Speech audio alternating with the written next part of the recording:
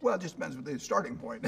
I mean, we have probably done better than the index over a great many measurement periods, including recently even. But so it just depends on the starting point. But how about these past 5 years?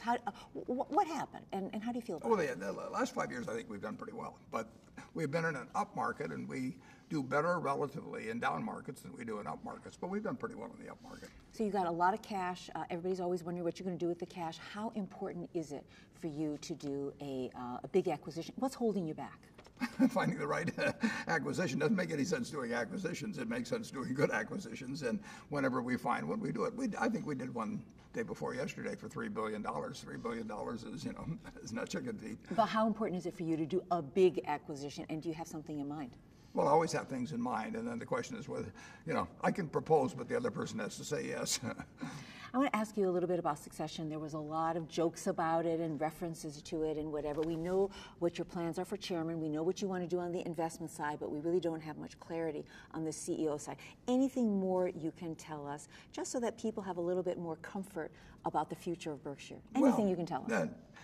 I've got 99% plus of my money in Berkshire, which I hope to go to, and will go to 5 foundations. It's all going to go to improve the lives of other people. Obviously, I care more about the Berkshire succeeding after I die or after I leave the position than anybody else. And believe me, we're in great shape. But what can you tell us about the next CEO? Anything you can tell us a little bit more about who that person is going to be? I can tell you he's good, really good. But the truth is, we own stock in American Express, Coca-Cola, Wells Fargo, and IBM. I can't tell you the next CEO is going to be of any of those companies. You wanted to get what you called a credentialed bear to come to the meeting, and you said you couldn't find one. So, kind of hard to believe you couldn't find a bear. Why couldn't you get a critic? Well, we advertise for a bear. We want somebody whose money is up though, because there are a lot of people that would love to be at the meeting and have a whole bunch of people see them for 6 hours. So we want somebody who's showing that they're a bear by their money, not just by the fact that they say I'm a bear, so I'd like to be there. Hard to believe you couldn't find one. Well, we advertised. And? Well, I believe in the power of advertising, so there must not be many. I don't know what the short interest is in Berkshire, but nobody stepped forth. So you got a lot of questions today. I couldn't even keep count. About 65. 65. Okay.